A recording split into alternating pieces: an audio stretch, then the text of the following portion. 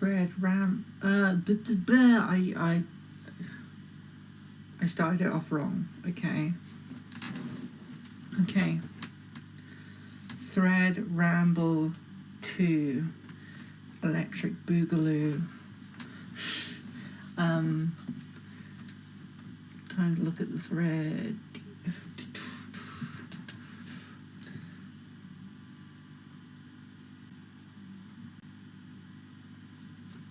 Yeah, no, I responded to Crow Dolphin because I was on the same wavelength as they were.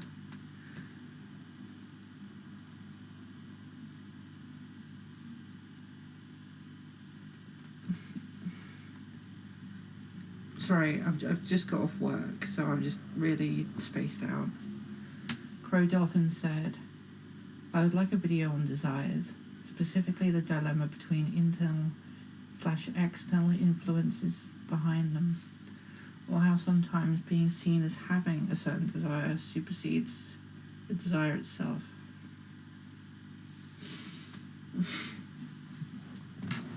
So,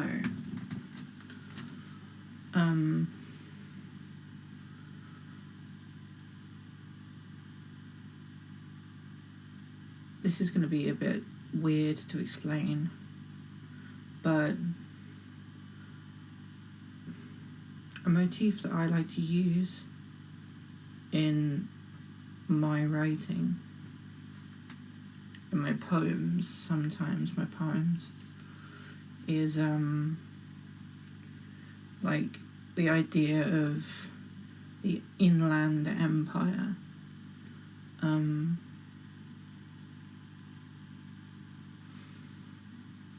Now, you're probably thinking, oh, that's a David Lynch film, and it's a place in California, and it's a skill from Disco Elysium, and you'd be right on all three of them. To me, they all sort of blend together, those three things sort of blend together to form my understanding of what inland empire can mean. Because you've got like the inland, and then you've got the outland. Sorry, like, I can see myself on my monitor, and it's really weird. So I'm used to like staring at the camera now, so I'm just going to try and do that as much as possible. But yeah, when it comes to desire,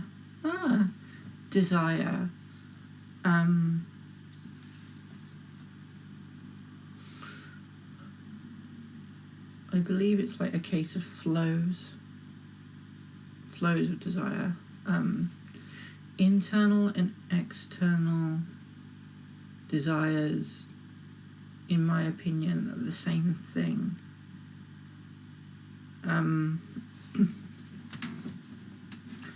Because your sort of inland is like a recapitulation of the world in miniature, and I don't know, it's like building a train model set, or any sort of like, I don't know, if you've ever played Warhammer with somebody, I've only really played it once or twice, but they've got like the sets, like the models on the board, the scenery and the environments. Your mind is kind of like that. It's like an internal theatre or model set.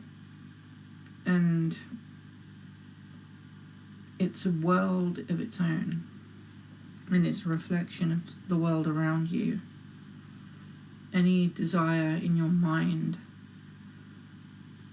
is just as real as a desire in real life. The rules of application are just different.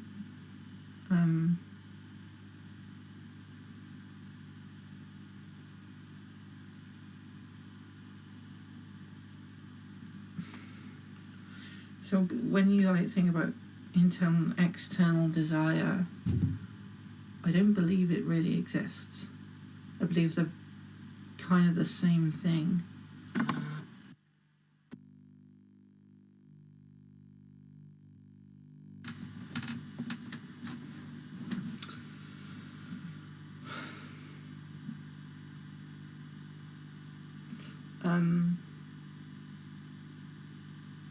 Yeah. So, as for the part about being seen as having a certain desire, well, I think that comes down to, yeah, just supersedes desire itself. So,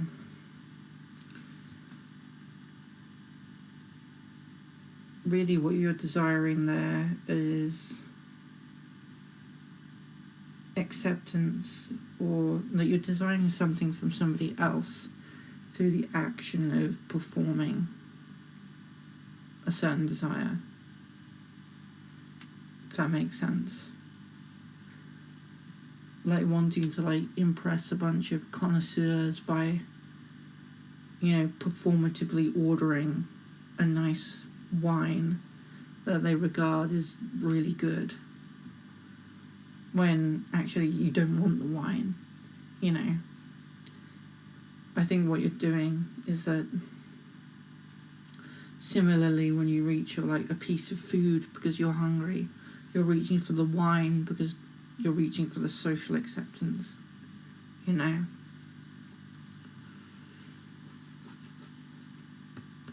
Sorry, this shirt is a bit scratchy. It's like 6 years old-ish, and it's not very good. It's all banged up and horrible. It's really hot in here as well.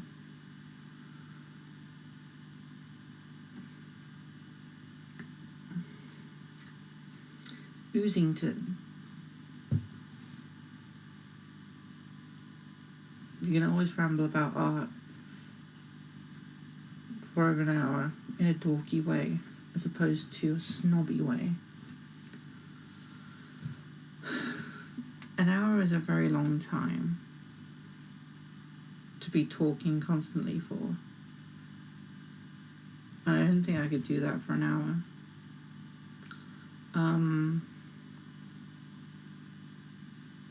I don't know.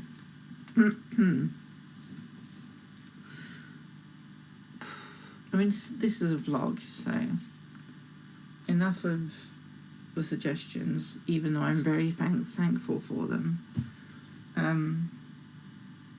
What have I been doing? Well,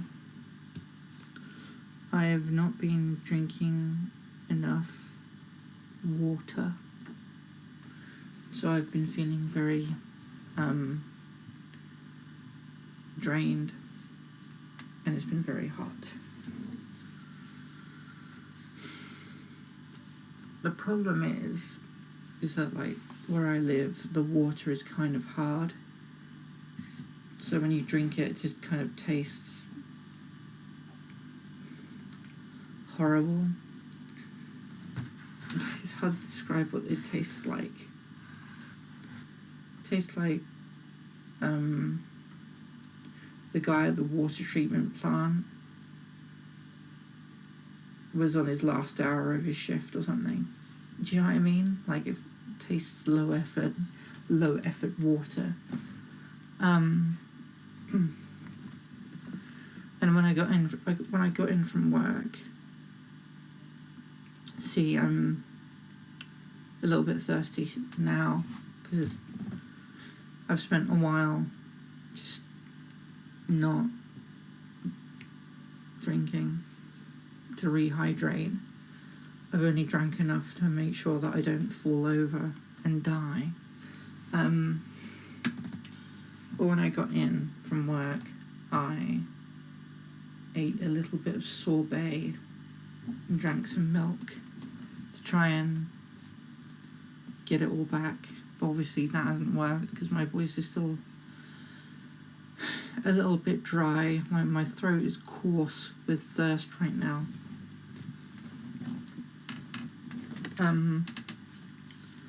What I really want is like a massive like pitcher of smoothie, so I can just chug it, like at least 2 liters of smoothie, and I would be a-okay. But unfortunately, I don't have 2 liters of smoothie, so gonna have to cope with water or cordial. Nowadays, I don't really drink soft drinks like Coke or Dr. Pepper, because not even lemonade, because every time I've drank it, it tastes like syrup. It tastes overly sweet, and it's kind of horrible at this point, and it makes my teeth feel weird. I drink a lot of like smoothies when I can get my hands on them, and if I'm not trying to spend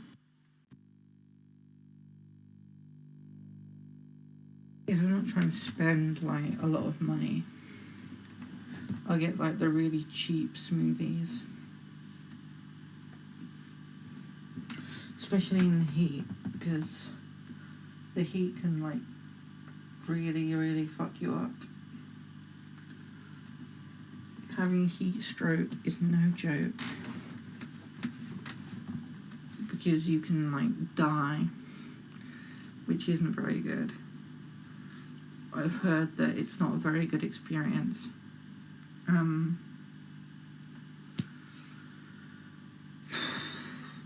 This is a hard one, because there's really not a lot to talk about.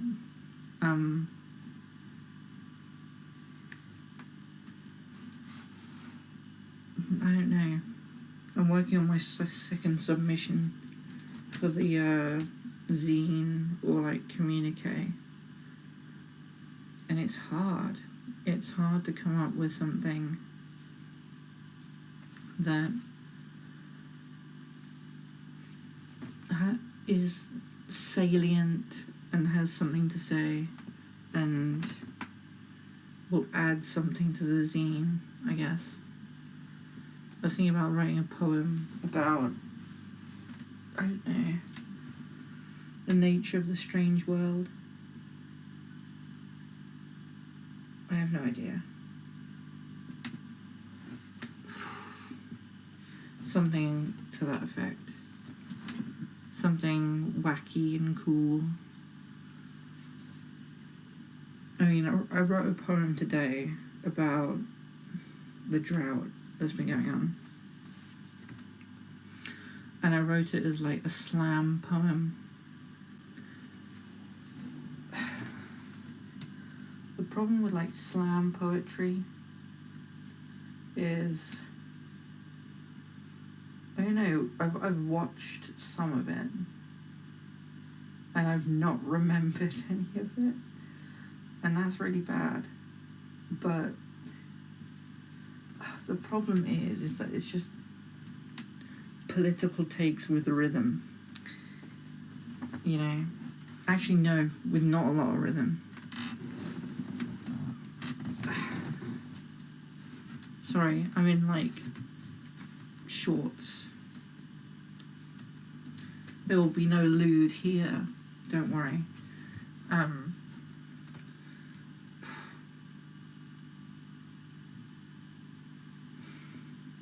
No, yeah, I've heard some slam poetry, and a lot of it is shit.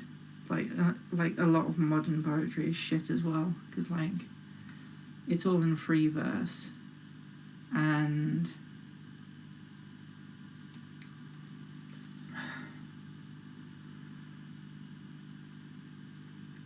it sounds like someone talking, but there's no weight, And then you get the opposite end, where I think there was this like creator called not James Odessa, like I think something like Dave Odessa or something on YouTube, whose ads keep on coming up on my timeline, and on videos that I listen to, and I checked out his channel. His poems are so bad, like, and there are people in his comments saying, oh, this is like MF Doom Senior, you know, this guy's so cool, you know, bars, fire. And I'm like, this is shit. This is complete shit. Like, what is this? I mean, there are some good lines, right? But the pacing and the rhythm is atrocious, and there's way too much rhyme. You know, the rhyming scheme is all off.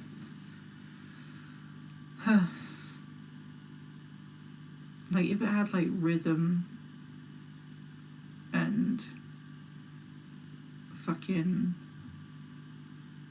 better narrative structure, you'd have something. But no, it's just, I think one commenter said something like, it's like 16-year-old, like, I'm 14 and this is deep wordsmithing or something. And I kind of agree with that. Like, it's just, oh yeah, good poetry is when rhyme, or, you know, when like some like eloquent, actually not even eloquent, comparison is made. You know, a comparison has to hold weight, you know. Yeah, sure, you can make a cool comparison, but if it doesn't actually, like, in the context, hit hard, then it just doesn't land.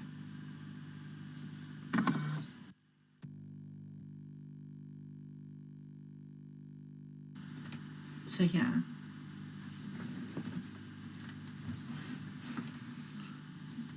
Like, for example, Baudelaire, in his poem The Carcass, describes the body of, I think, like, this dead woman similarly to you, as you would a flower, you know. And that's poignant, because you've got rotting corpse, flower. It's a juxtaposition, and it sort of gives a feeling of like profane beauty, you know. But I think one of the lines that stood out to me was from like a David Dessa's poem, was, I think, what line was it? I think it was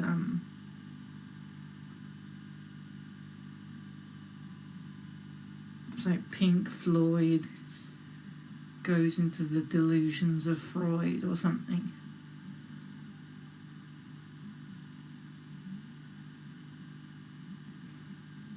And I was kind of sat there and I was like, one, how did we arrive at Pink Floyd?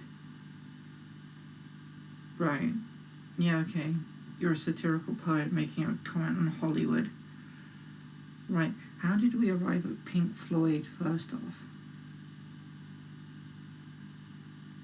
Because as far as I know, Pink Floyd, even though they're like a music group, yeah, they probably hung out in certain circles, but,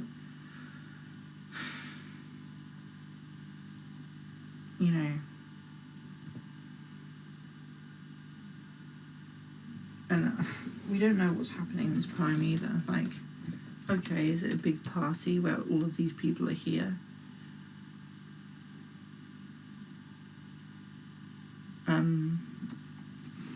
Because it doesn't sound like it. It sounds like a bunch of like non sequitur things happening. And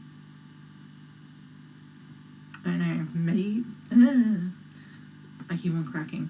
Maybe if you link them together better with like transitional, like even like a transitional stanza or something, you know, where it's like, okay, this is happening, and, you know, comment on it, and also this is happening, you know, and then maybe you would have been able to get away with the jumpiness of it. But yeah, the apt comparison of, or like, I don't know what to say, because it's not actually that apt. Like, I can't believe I just said apt when I didn't mean to. Horrible blunder on my part, I apologise. But like, comparison of like Pink Floyd going into like the delusions of Freud or something. I'm not sure if it was delusions, but it's something of Freud. It's like, okay, what's Freud got to do with Pink Floyd? Like, yeah, I can tell that you're trying to make an allusion to like the state of Pink Floyd's own psychology, but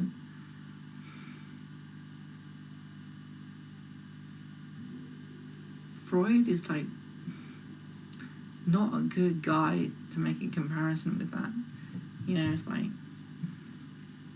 I don't know, if you like really wanted to make some sort of allusion to psychology, then you probably would have thought better about who you chose. Like, because Freud, obviously, he came up with like the Oedipus complex, and, you know,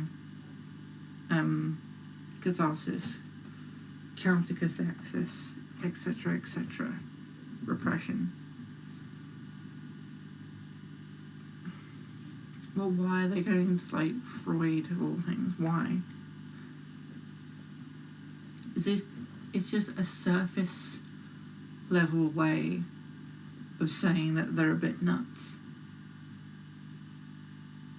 which you could have said, you know, in a completely different way, but you chose Freud just because it fucking rhymed better.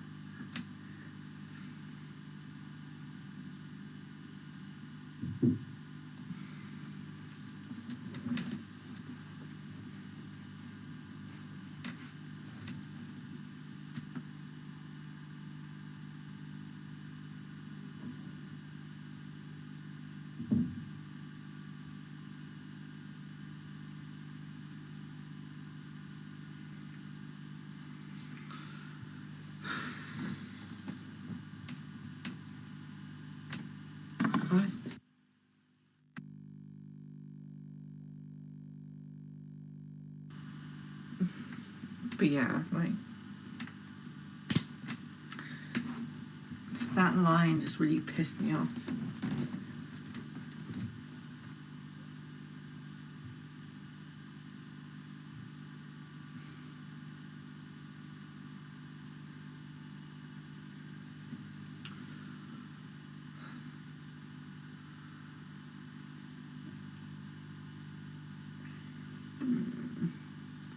I don't really know what else to say.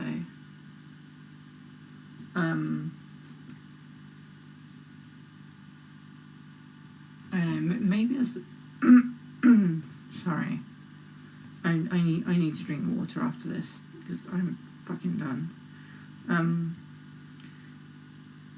That's partially the reason I don't really listen to a lot of rap music. Like, it can have narrative structure, you know, and like, I don't dislike rap music, but I think it's like the kind of type of poetry in rap I don't particularly enjoy, you know. So obviously, like, you could say that rap has rhythm and meter, but how you put it, it does and it doesn't, because you're kind of doing it to the beat of the music, which allows you to get away with a lot in terms of rhythm and meter.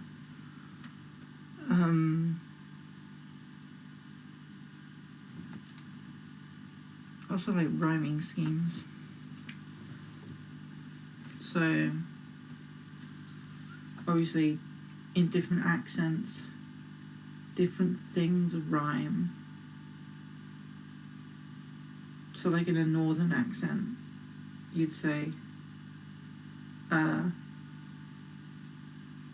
hassle in a castle. You know, there's hassle in a castle.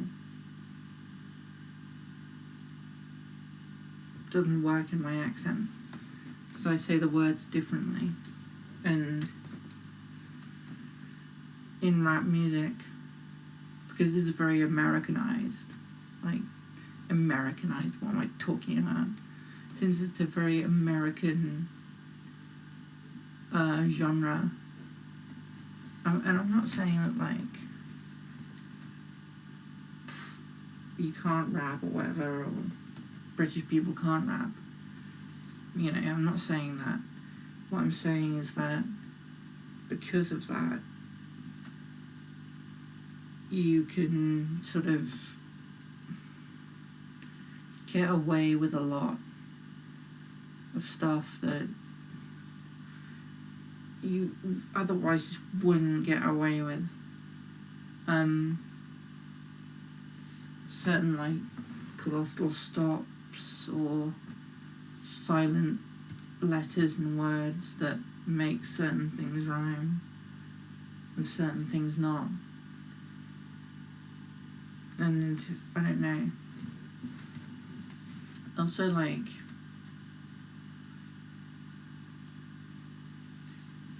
I don't know. I can't pick out a good example right now because I'm too tired, but when you listen to a lot of rap lyrics, or you read them without the music, they just don't feel that good.